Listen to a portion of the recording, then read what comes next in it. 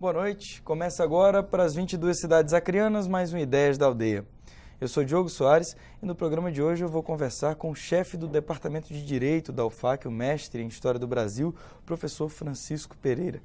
Boa noite, professor Francisco. Bem-vindo ao Ideias da Aldeia. Boa noite, Diogo. Para mim é um prazer, uma alegria enorme estar aqui no seu programa e poder conversar, falar com os seus telespectadores do estado inteiro.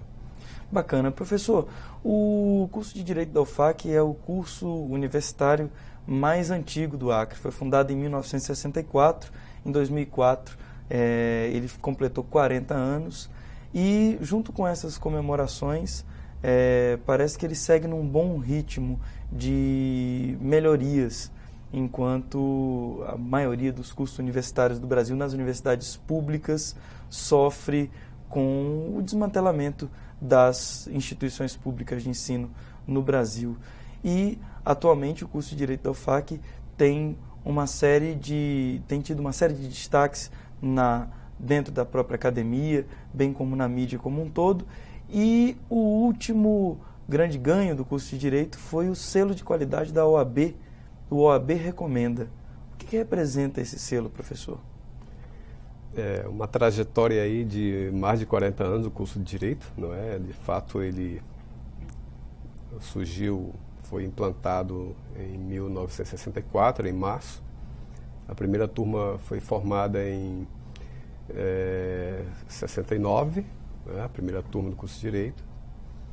E com vários percalços, não é? Não foi fácil a implantação desse curso. E, por exemplo, tinha alunos que eram também professores. Eles eram alunos, eram professores.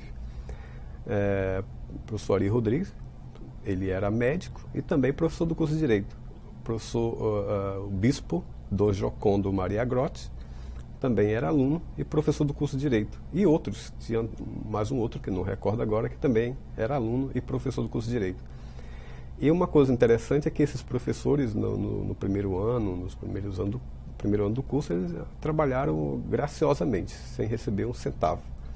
Então, o que prevalecia, o que predominava naquele momento do curso, era essa vontade, a garra, a determinação de jovens, né, inclusive oriundos, alguns deles do movimento autonomista, como era o Dr. Márcio Sabino de Paula, o professor desembargador Lorival Marques, Francisco de Oliveira Conde, inclusive uma homenagem à família, que ele faleceu recentemente, foi um professor extremamente importante, inclusive o João Crescêncio, que foi o primeiro presidente do Centro Acadêmico do Curso de Direito. Que é músico também? Que é músico também, é um artista, um poeta, escritor. Ele... numa obra que ele escreveu denominada Poeira Cósmica, ele cita 3 nomes ali de professores que ele considera o triunvirato de força. Ou seja, certamente, para ele, sem esses 3 professores, o curso não teria tido sucesso desde o início. Esse foi o professor Jesse de Brito Nunes, um dos fundadores e também quem esteve à frente do curso, na administração do curso durante mais de 5 anos, o professor Lorival Marques e o professor Francisco de Oliveira Conde. Esses 3 eles denominam de triunvirato de força do curso de Direito. Professor, esse triunvirato atuava e começou a atuar no curso de Direito da UFAC durante a década de 60.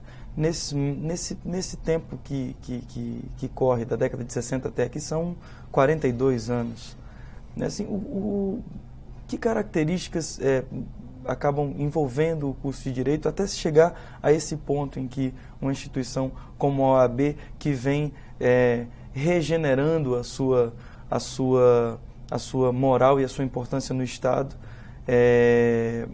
garanta um selo de qualidade para o curso? Diogo, eu considero algumas questões que são determinantes nisso. Primeiro, a questão do ensino, né? Que esses professores desde o início implementaram, defenderam e consolidaram dentro do curso de Direito, que é um ensino de qualidade, um ensino que preza pela técnica jurídica, né, e um ensino que preza também pela teoria, né, pelo estudo, pela análise crítica do direito. Então, isso desde o início do curso é uma das marcas do curso de Direito. Para você ter uma ideia, por exemplo, eu creio que talvez um dos primeiros projetos de extensão que foi implementado pelo curso de Direito foi um projeto chamado Termos e Expressões Jurídico-Penal, que foi coordenado por um professor chamado James Chambelack. Esse professor, ele, salvo engano, ele foi juiz federal aqui, em Rio Branco, e ele publicou recentemente, eu creio uns 2 anos atrás, uma obra sobre o Tribunal do Júri, no Rio de Janeiro, pela editora Freitas Bastos, salvo engano. Então, veja que os professores do nosso quadro são professores que têm uma inserção no ensino, na pesquisa, no estudo, de uma forma extremamente rigorosa, né, procurando aprimorar, interpretar o direito de forma que traga respostas aos problemas que são afetos a esse mundo do pensar jurídico, do fazer, da propriedade, da liberdade, dos sentimentos da pessoa humana, né? Sobretudo dos conflitos que há na sociedade. Então, esses conflitos eles precisam ser resolvidos, não simplesmente pela técnica jurídica, mas também pela teoria, pelas teorias que podem ser construídas a partir da análise desses problemas jurídicos. Então, o curso de Direito, ao longo desses 40 anos, tem preservado, tem instituído e consolidado, eu diria que essas questões, esses 2 aspectos, né, da técnica e da teoria do direito. Correto, professor. Contudo, nesses 40 anos, nem tudo são flores também. Houve um período no qual ainda o senhor nem fazia parte do quadro de professores do Departamento de Direito, o senhor ainda era um professor do Departamento de História, onde o curso sofreu uma série de constatações e possíveis restrições, né? Quase que o curso é fechado entre 99 e 2000, foi quando se iniciou um processo de reestruturação do curso, muito apoiado pelo próprio centro acadêmico, pelos estudantes também, e com a chegada de novos professores, inclusive o senhor que veio do Departamento de História, junto com outros colegas de outros departamentos, para fortalecer e fazer com que o curso tivesse mantivesse esses princípios que o originaram lá na década de 60. Como que está sendo esse processo de reestruturação, que ele ainda continua, não é, professor? Em 2003, 4 professores foram removidos para o Departamento de Direito, e a partir de então nós trabalhamos num projeto de revitalização do curso de Direito, né? E esse projeto, ele, dentre algumas questões que deveriam ser atacadas, sobretudo para responder a problemas que estavam na mídia, né? Todo instante aparecia uma notícia muito desfavorável ao curso de Direito, ao ponto de ser ameaçado de fechar, como você falou. Então, eu precisava dar uma resposta a isso, não é? De modo que uma das coisas foi a contratação de professores para o departamento, um item que nós procuramos resolver. Outra coisa foi a questão da qualificação dos professores, né? Fizemos uma parceria com a Universidade Federal de Santa Catarina para um mestrado, que está terminando agora em dezembro, onde estão se preparando, né? Fazendo também o curso 5 professores, e até dezembro eles defendem suas dissertações, de modo que no quadro, até dezembro nós vamos ter em torno de 10, 11 professores com mestrado. Isso é um salto de qualidade extraordinário e muito rápido, né? Porque em torno de 3 anos nós procuramos sair de uma situação extremamente desfavorável, inclusive dita pelo MEC, pelos consultores da área jurídica do MEC, que vieram avaliar o curso, onde eles, no item titulação, consideravam, né, a titulação dos professores do curso de Direito sofrível e recomendavam que a universidade contratasse pelo menos especialistas. De modo que a gente saiu dessa situação. Hoje nós temos um doutor, 5 mestres e os demais todos especialistas. Então nós saímos dessa situação e vamos avançar muito mais até dezembro. E é lógico que a gente também estamos procurando implementar um DINTER. Certo que esses foram momentos muito críticos do curso de Direito e continua crítica, a situação não é tão favorável, a situação é muito difícil, porque a administração superior, de certa forma, desconsidera a especificidade do curso de Direito. Nós não podemos ter um professor, nós não temos professor com especialidade em 3, 4 áreas do direito. Você sabe, uma coisa é um professor especialista com mestrado, doutorado em Direito Constitucional, outra coisa em Direito Penal, Civil, Administrativo, né? São áreas muito distintas do direito. Então, não é possível que um professor com especialidade numa área passe a atuar, lecionar no curso de Direito em 3, 4 áreas. Isso, inclusive, no semestre, que é a exigência da atual gestão da UFAC, né? E eu acho que isso vai criar um problema seríssimo para o curso, vai inviabilizar o curso, sobretudo a qualidade dele, né? É uma atitude extremamente delicada, perigosa. Isso está acontecendo só com o curso de Direito ou com os demais cursos da universidade também, professor? Os demais cursos. Há uma exigência, foi baixada uma resolução lá, número 11, em que exige que o professor tenha no mínimo 3 disciplinas por semestre. Então isso vai gerar um caos. A gente corre até o risco, por exemplo, de perder professores. Porque um professor, você sabe que o curso de Direito, os professores que são contratados para o curso de Direito, eles são contratados dentro de uma determinada norma jurídica em que é difícil contratar professores para essa área, porque tem salários muito mais atrativos, né? Os alunos do curso de Direito, os profissionais da área jurídica, eles geralmente vão para carreiras de Estado, que são consideradas carreiras de Estado, como o Ministério Público, Defensoria, juízes, não é? E tantas outras áreas. E essas áreas que são consideradas carreiras de Estado, elas têm uma proteção jurídica específica, né? Para que o profissional, né, possa tão somente se dedicar a essas carreiras de Estado. Então, esses professores que nós temos lá, que fazem parte da carreira de Estado, eles podem muito bem, de uma hora para outra, pedir demissão, né?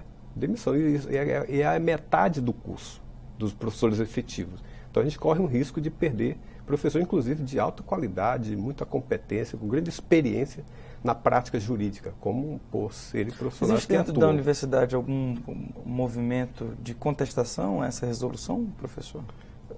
A reitoria se nega a discutir a resolução. Simplesmente. E o que a reitoria argumenta em favor da resolução? Por exemplo, em relação ao curso de Direito, eles argumentam que nós temos carga horária ociosa, né? Ou seja, tem mais horas contratadas do que hora trabalhada. E isso não é verdade, né?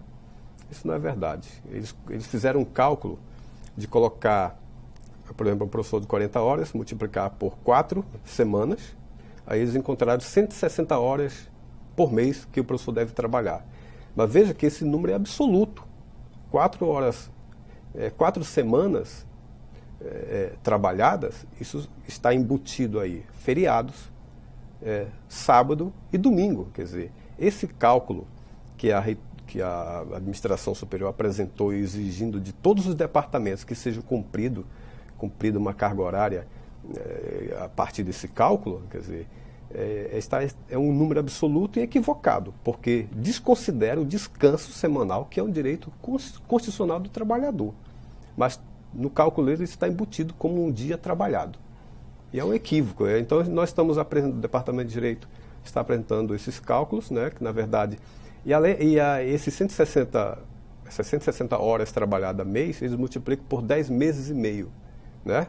10 meses e meio, ou seja, retiram somente 45 dias de férias do professor e os 10 meses e meio consideram meses trabalhados, quando na realidade esses 10 meses e meio também estão os descansos, sábados, domingos, feriados, etc., que não são considerados no cálculo. Correto. Professor, a gente tem que ir para um rápido intervalo e daqui a pouco a gente volta e continua essa conversa. Ok. Não saia daí, daqui a pouquinho a gente está de volta.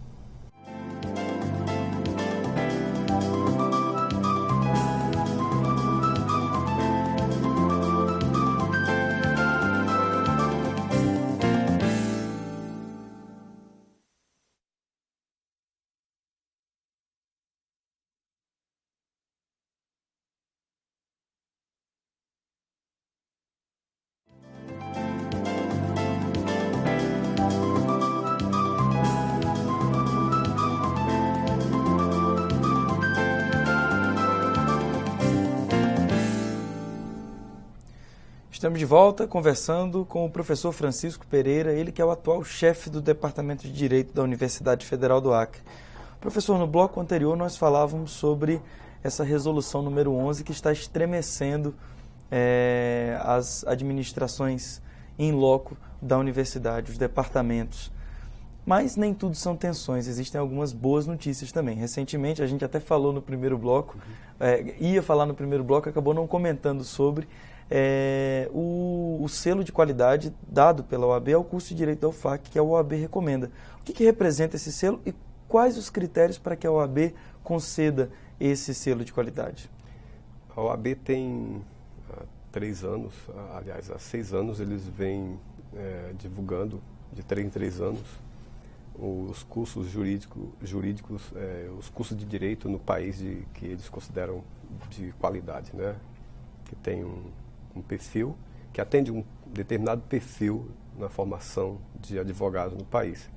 Esses critérios, eles adotam vários critérios, alguns deles é a aprovação no exame de ordem, né? O resultado que as universidades, as escolas adquirem durante o exame de ordem, aprovação em concurso público, né? Aprovação no ENAD, que é a avaliação do MEC, de modo que o curso de Direito da UFAC ele tem atendido de uma forma extremamente satisfatória esses 3 critérios, né? E tem outros elementos também que são extremamente importantes.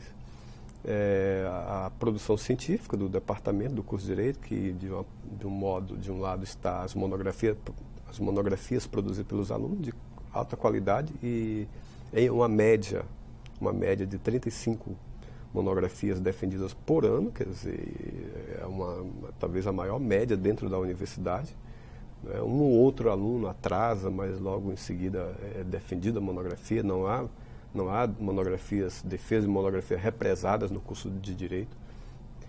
A produção científica dos professores, então muitos professores têm artigos publicados em revistas indexadas, os alunos também têm artigos publicados em revistas indexadas. Revistas indexadas são aquelas revistas científicas, é isso que se quer dizer. E revistas de renome nacional, né? Alguns tiveram até, a partir da sua monografia, livros publicados. Professores também têm vários livros publicados. De modo que isso dentro do MEC eleva em muito, né, a qualidade do curso. Outro elemento importante é a participação dos alunos nos projetos do curso, sobretudo em aprovação em concurso público. Às vezes os nossos alunos nem terminam o curso e já estão aprovados para defensor público, promotor. Esses critérios são utilizados pela OAB para que se... Aprovação em concurso público, sim, também. Bacana. Porque, na verdade, professor, lhe pergunto isso e insisto na pergunta, porque há 3 anos o curso já tinha tido esse selo de qualidade da OAB e os 2 únicos critérios eram a aprovação no exame da Ordem dos Advogados do Brasil e o exame nacional de cursos, a avaliação feita pelo MEC. Uhum. Hoje, outros critérios são utilizados, somados a esses 2, para se conferir esse selo de qualidade. Então. Sim, sim. Correto. Uma outra coisa, professor, que é interessante deixar claro também, logo quando o curso ganhou esse selo de qualidade, alguns jornais publicaram que as outras universidades não tinham recebido esse selo. Contudo, esse selo de qualidade ele só é dado às universidades que já têm turmas formadas ou concludentes, é isso? Exatamente. Você lembrou bem de algum outro critério, que a universidade tem turmas formadas, né? Então, nós estamos formando bacharéis em Direito desde 69, né? Não sei nem exatamente quantas turmas já formamos. É lógico que, com o tempo, me salvo engano, algumas dessas escolas... a FAO também, que tem as escolas particulares, acho que nesse ano parece que tem uma delas que já solta a primeira turma, e daqui a 3 anos eles vão ter a avaliação da OAB, né? Eu creio que deve se colocar bem claro em relação a isso, não é um processo de disputa, entendeu, da qualidade do curso de Direito com qualquer outra universidade do país, não é? Inclusive, esse selo da OAB vem com uma avaliação de entre 322 universidades e cursos de direito do país. Então, foram submetidos esse total de cursos e o FAC, o nosso curso de direito, ele está entre os 87, né, avaliados como um curso de qualidade. E em relação às nossas escolas de direito local, a gente não está pensando em, a partir disso, desse resultado, desse selo, estabelecer um ranqueamento ou uma disputa com eles. Não, isso para nós não é a questão. Na verdade, isso é um reconhecimento e nós ficamos felizes com isso, mas ao mesmo tempo aumenta a nossa responsabilidade. Como você destacou no primeiro bloco, nem tudo é flores. Nós temos problemas seríssimos no curso, entendeu? Há problemas, sobretudo da questão de professores efetivos, né? O quadro é muito pequeno. Nós trabalhamos com professores substitutos que dão uma contribuição extraordinária ao curso.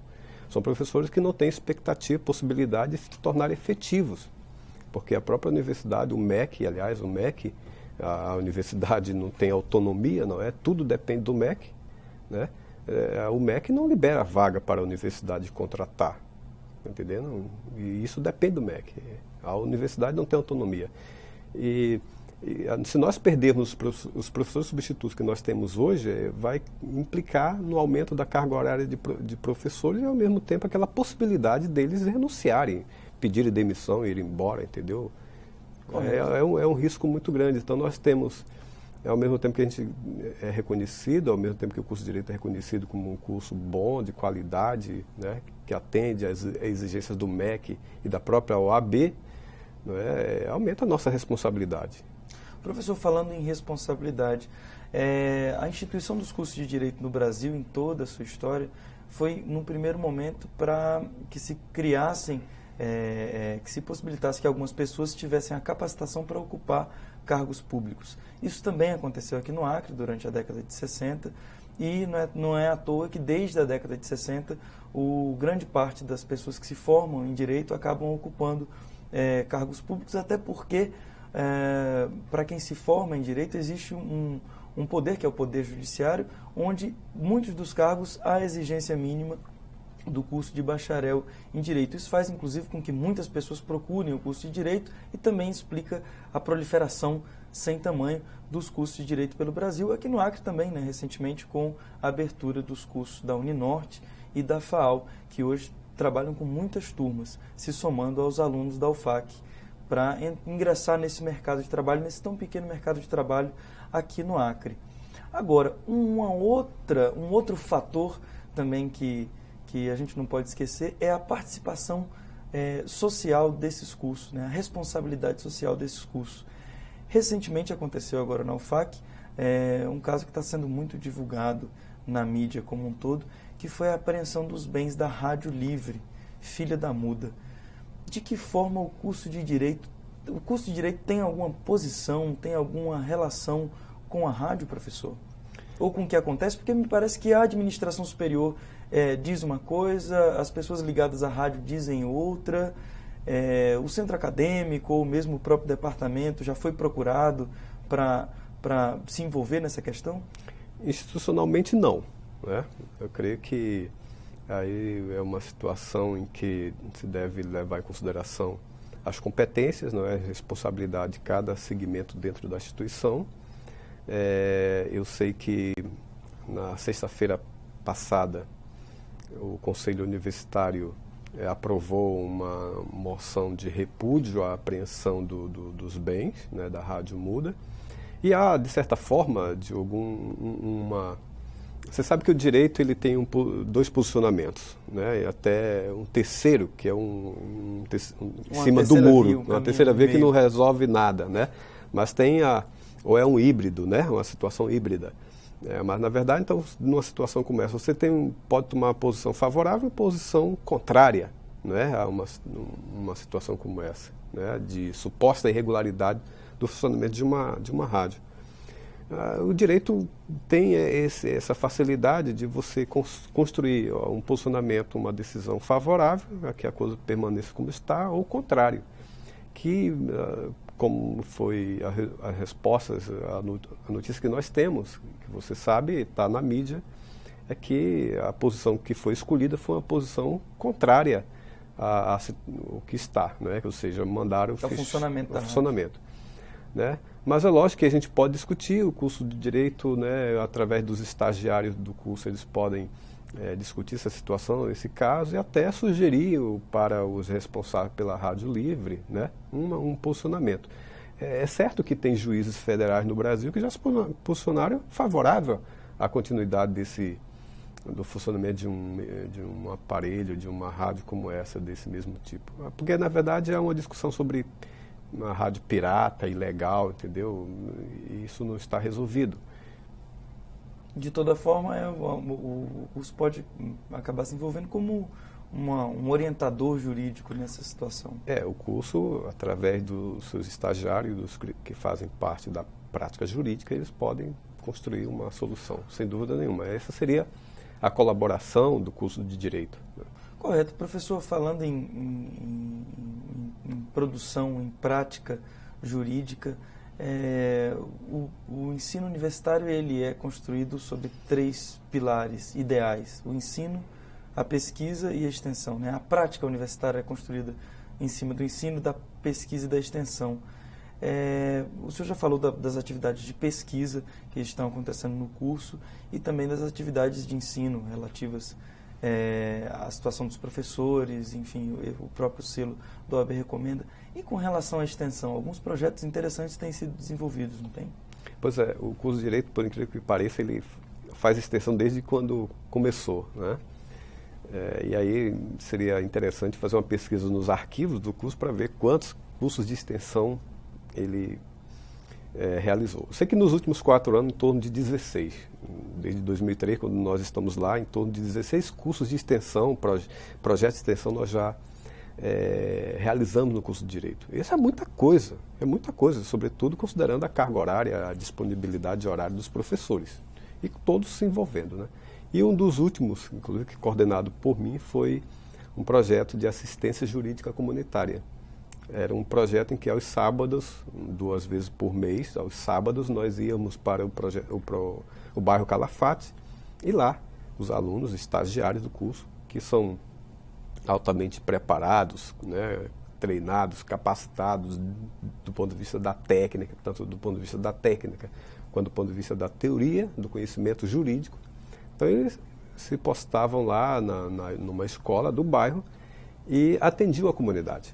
Os mais variados problemas, não é, chegavam aos nossos estagiários e cada um atendia aquela comunidade com muita atenção, com muito profissionalismo, né? E as pessoas saíam extremamente satisfeitas com a resposta, porque às vezes uma dúvida, não é, gera um problema seríssimo, ou até mesmo um problema que existe e as pessoas não sabem como resolver. A orientação jurídica que era dada durante esse projeto, aos sábados, não é, fazer com que as pessoas ficassem satisfeitas. A gente conversava depois, aí você está satisfeita com a resposta, com a orientação? As pessoas sempre afirmavam que estavam muito satisfeitas. Tanto é que quando a gente voltava, muitas vezes as mesmas pessoas, outras pessoas voltavam, às vezes a mesma pessoa também voltava. Então, e durante esse tempo todo, foram 3 anos, no bairro Calafate. Nós atendemos de aproximadamente 400 pessoas. Professor, como é que é esse atendimento? Como é que ele se dá? As pessoas chegam com dúvidas, chegam para resolver alguma questão e esses alunos eles fazem esse atendimento. Como é que acontece na prática mesmo? Então o aluno é aquela questão, porque uma coisa é você estar em sala de aula ouvindo a orientação teórica do professor, não é? Outra coisa é a prática. Então a prática é o olhar, vamos dizer assim, é olho no olho, né, com o cliente. É sentir, é sentimento, é ver, né, presenciar que às vezes o cliente, a pessoa chora na sua frente, né, mostra um ar de contentamento, de felicidade. E uma coisa que a gente pode dizer com esse trabalho, que é a sensação daquela comunidade de pertencimento. Eu estou usando essa expressão, eu sempre uso ela, talvez muito mais do que cidadania, de pertencimento, ou seja, uma comunidade, né, que percebe que tem pessoas extremamente preparadas, qualificadas, que podem dar a elas uma atenção, que podem ouvi-las, né? Então eles passam a ter um sentimento de pertencimento àquela comunidade, não só àquela comunidade, à própria sociedade. Por quê? Porque tem pessoas profissionais, preparados, qualificados, que podem atendê-los no momento que eles necessitam. Então, na prática, é um pouco isso, e também, às vezes, esse projeto, no início, teve uma parceria com o Tribunal de Justiça, através da Justiça Comunitária Itinerante. Então, nós tínhamos uma parceria com eles, em que alguns casos dependiam de que a outra pessoa fosse convidada para participar de uma reunião, de uma audiência, que era uma audiência de mediação. Essa audiência, ela antecede um conflito, né, no judiciário.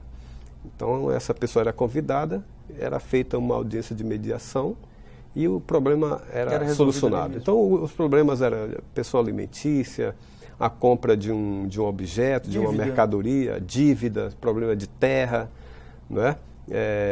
Pensão alimentícia, tá entendendo? A dúvida em relação à aposentadoria, várias dúvidas. Então, eram esses problemas, na prática, que eram solucionados. Bacana, professor. Tomara que esse trabalho continue, esse trabalho de extensão tão bonito e que, na verdade, faz com que o curso não só o curso de Direito, mas como todos os cursos universitários cumpram o seu papel dentro da sociedade. Professor, eu queria aproveitar o finalzinho da nossa entrevista para falar sobre o seu livro. Eu queria que o senhor falasse brevemente sobre ele. Eu acho que vai dar uma outra entrevista, outro dia eu quero que o senhor volte aqui, mas é sempre bacana a gente mostrar aquilo que é publicado aqui. Aliás, a editora da UFAC tem feito cada vez mais publicações de teses, de doutorado, de dissertações de mestrado. Essa aqui foi a sua dissertação de mestrado, professor? É o resultado do meu mestrado. Eu fiz na área de História do Brasil, né, porque tem uma formação em História e Direito, e de certa forma saiu um trabalho um pouco voltado para a História do Direito, porque durante o mestrado, a investigação, a pesquisa foi sobre as instituições, a formação das instituições no Acre no período de 1904 a 1918. Então aí eu faço um diálogo entre o Poder Judiciário e os coronéis locais, e os cidadãos, a polícia. Nesse recorte de tempo, entre 1904 e 1918. E analisa um pouco uma sociedade extremamente conflituosa naquele momento. Professor, então já fica o convite no ar para o senhor voltar aqui para a gente fazer uma entrevista sobre esse livro, que eu acho que tem muita coisa para se falar, até para a gente saber mais sobre essa nossa história, sobre esse nosso período da história. E muito obrigado pela sua presença aqui no Ideias da Aldeia. Eu agradeço o convite para o próximo, né, entrevista, e para mim será uma honra. E foi um prazer também estar aqui. Ok, então. Muito obrigado às 22 cidades acreanas que acompanharam essa conversa com o chefe do Departamento de Direito da UFAC, professor Francisco Pereira. Até a próxima, a gente se vê.